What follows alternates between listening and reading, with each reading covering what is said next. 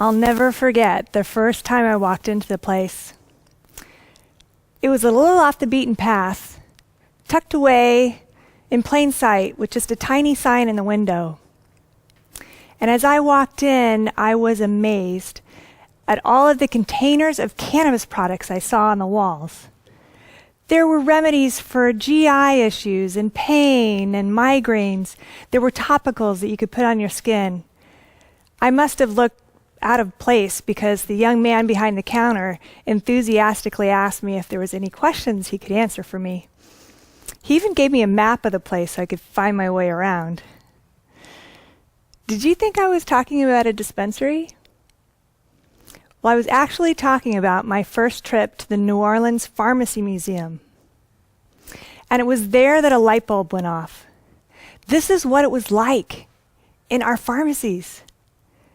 Makers like McKesson and Robbins manufactured cannabis products for nearly 100 years in our pharmacies. And there were hundreds of remedies, all kinds of cannabis products. Cannabis was one of the main ingredients in hundreds of products that were manufactured in our U.S. pharmacopoeia. Meanwhile, I looked around and I saw innovations that seemed very archaic. There was this whole shelf of ceramic containers. And they looked very ornate and very fancy, and I couldn't figure out what they were. There was a sign underneath them that said vaporizers. Well, those don't look like anything like the vaporizers we have today. I also noticed some medical instruments that they had on display there. There was one in particular I think was used for eye surgery of some kind, and this looked like it was handmade and that they had gotten the ingredients or the materials out of a barn. Now, I wouldn't want that anywhere near my eye. But dozens of years of innovation and refinements have led us to have laser surgery now. And it made me wonder, where would we be today with cannabis and our knowledge of cannabis had it not been for prohibition?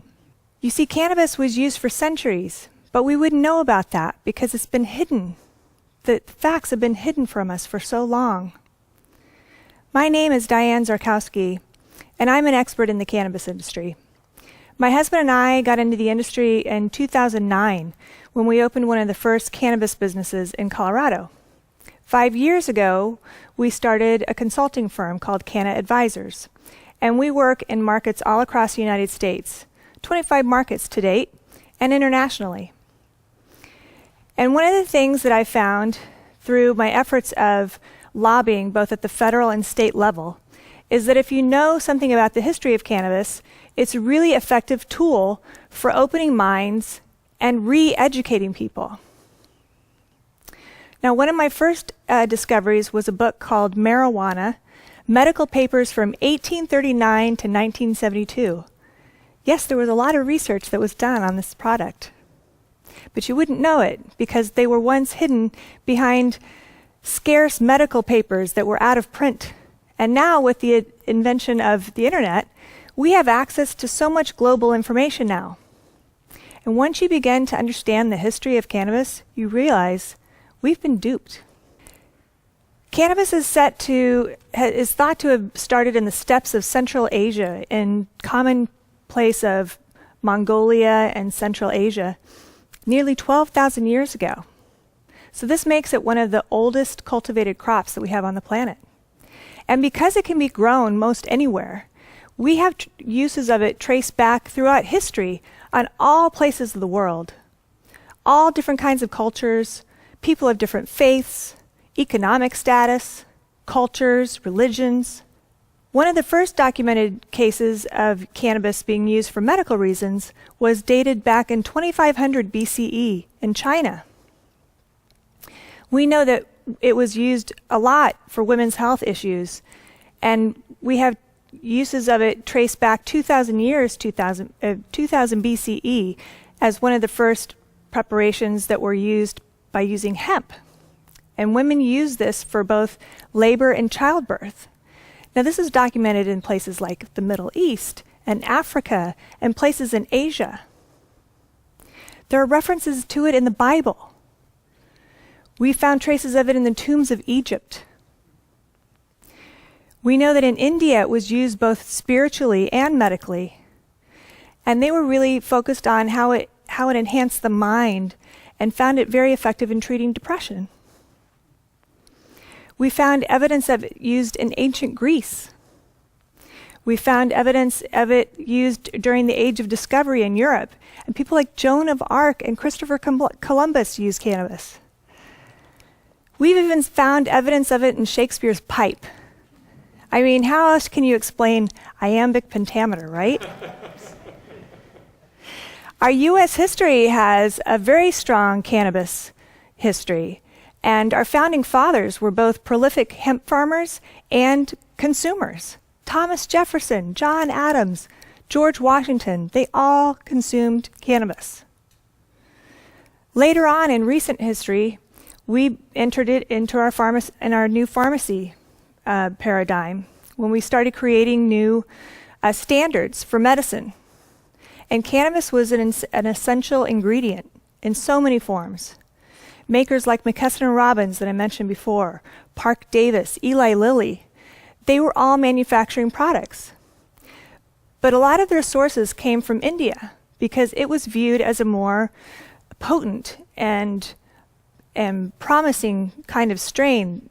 And so they really took a lot of time to figure out how could they bring that knowledge and make a localized strain of cannabis. So in what I think could be the very first joint venture, Eli Lilly and Park Davis teamed up to create a new kind of cannabis. And they called it Cannabis Americana. And it was marketed as one of the more potent strains. So if cannabis has been used all across the world by so many different kinds of people, why are there so many laws prohibiting its use? Well, it's because it's always been about who was using the plant rather than the plant itself. In the 1400s, the Catholic monarchy, Queen Elizabeth and King Ferdinand, they outlawed cannabis and anything else related to Islam and the Moors because they were trying to oust them from Spain. In the 1900s, during the Mexican Revolution, when we had lots of immigrants coming into the United States, the term marijuana was used to further separate them from the common society and marginalize them. In the 1930s, when prohibition started to happen, a man by the name of Anslinger, it was well known he had a problem with people of color. And he started saying that using cannabis made white women loose and dance to jazz music. Reefer madness was started, and it showed people acting erratically and out of control of their emotions and their actions. Meanwhile, during this time, a very important piece of machinery was invented. It was called the decorticator. Now, this is a machine that strips the stalk of the hemp plant and provides the fiber that's used for so many different building products. It's used to create fuel, hemp ethanol. You can more sustainably create lumber and hemp and paper from hemp. You can make plastic from hemp. So imagine all of those industries being very, very threatened by the evolution of this machine and the ability that hemp could be mass produced. This was the equivalent of the cotton gin to the cotton industry. So those groups lobbied Henry Anslinger, and he had the ability, as the commissioner of the Federal Bureau of Narcotics, to reclassify hemp as a narcotic. And hemp was rolled into prohibition.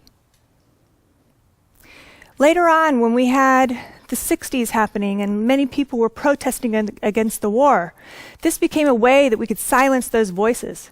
We couldn't put them away for free speech, but we could put them away for cannabis possession. In the 80s, when the war on drugs was created, it was a way to silence the voices of people that were protesting in other ways. And an important side effect happened. I think it was a side effect. I don't know. I hope so. Well, maybe it's a very negative thing. But people of color ended up being incarcerated at the rate of 10 times their white counterparts, even though both demographics use cannabis the same. But in the 90s, we began to crack open that door of prohibition. There was a man named Dennis Perrone who was a very vocal gay activist, and he won a very important case that established that he was growing cannabis to treat his life partner who was dying from AIDS. And that just gave that much headway so that he could create an ordinance that further made medical cannabis available to people in San Francisco. And then that led to the first passing of Proposition 215, which gave the whole state of California access to medical cannabis. So the momentum is building. Today we have 29 states with some form of legalization, and possession charges have all been mostly wiped out. Most states are on board with this in some way, and we have bipartisan support. There are even places where reparations of sorts are being made. We have people getting their records expunged for nonviolent drug crimes. And in Oakland, there are actually business licenses that are being awarded to those who were unfairly harmed by the drug charges that were brought against them. We're in a time today when we're questioning what we're putting into our bodies. We're realizing that hemp could have a dramatic and positive impact for our farmers and in creating products that are environmentally friendly. Legalization is changing that. And I'm already seeing a lot of progress being made in those innovations already. As of March, there were over 25 bills in Congress that had something to do with passing cannabis laws that either ended the federal ban altogether or made modifications so that we could have access to things like banking and other things like that. But only 6% of those bills are supposedly going to pass.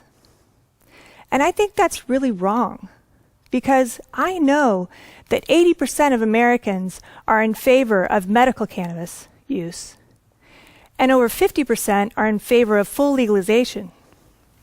So something has to happen to get us to change and open the minds of our legislators. They need to be aware of these laws, and they need to vote like their constituents want them to. Soon, the federal government is going to have to hear our voices and make a change. And having access to cannabis won't have to be reliant on your zip code. So I'd like to ask you to go ahead and educate yourself, and hopefully you'll feel inspired to tell others about what you know about cannabis. Make it human and share stories. I found when I was campaigning for the Amendment 64 campaign in Colorado to legalize cannabis that the key driver of change, have someone have a story that they knew that either related to someone using cannabis for medical purposes, or if they used cannabis and they didn't fit that typical stereotype of a stoner. I've seen some YouTube videos that are really life-changing. I'm sure that you've seen maybe some of kids having seizures, and after a couple of sprays of cannabis in their nose, the seizures subside. I remember one that was very impactful to me, a man who had Tourette's syndrome. And he was fighting so much with his body that he could barely control the spoon in his hand to eat. And after consuming cannabis, just a few minutes later, he was able to hold that spoon and feed himself. There's no way that telling those stories won't change someone's mind. They always do. So I encourage you to go call your legislator. It takes 3 minutes. Tell them 3 things about cannabis, and tell them about those bills that they could and should vote for. Today's dispensary someday will soon feel just like that New Orleans pharmacy, and the products inside will feel like they're so archaic, because with legalization will come change and new innovation. What new innovations will occur that will lead to new cures? It's such an important time in history, and I feel so fortunate to be a part of such an important time in history, not only for the innovations, but also the social justice and the improvement to our environment that can occur. Thank you.